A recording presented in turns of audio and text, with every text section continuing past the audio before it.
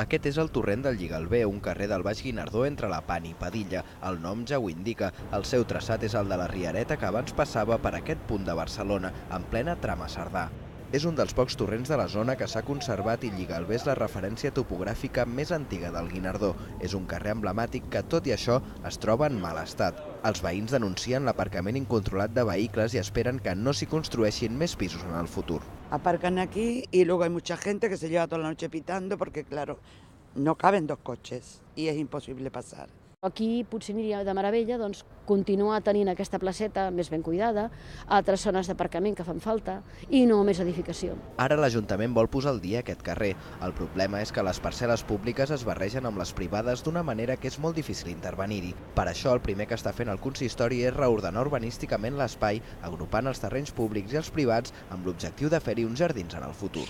De moment el que s'està fent és aquesta reparcel·lació, no? I en un futur això és el que permet, no? Poder fer una actuació que pugui generar un espai verd, no? en un futur en aquesta zona. El districte hi ha anat fent petites intervencions amb vistes que l'actuació definitiva no podia ser imminent. Per exemple, van carregar aquest mural, el més gran pintat en una mitgera de la ciutat.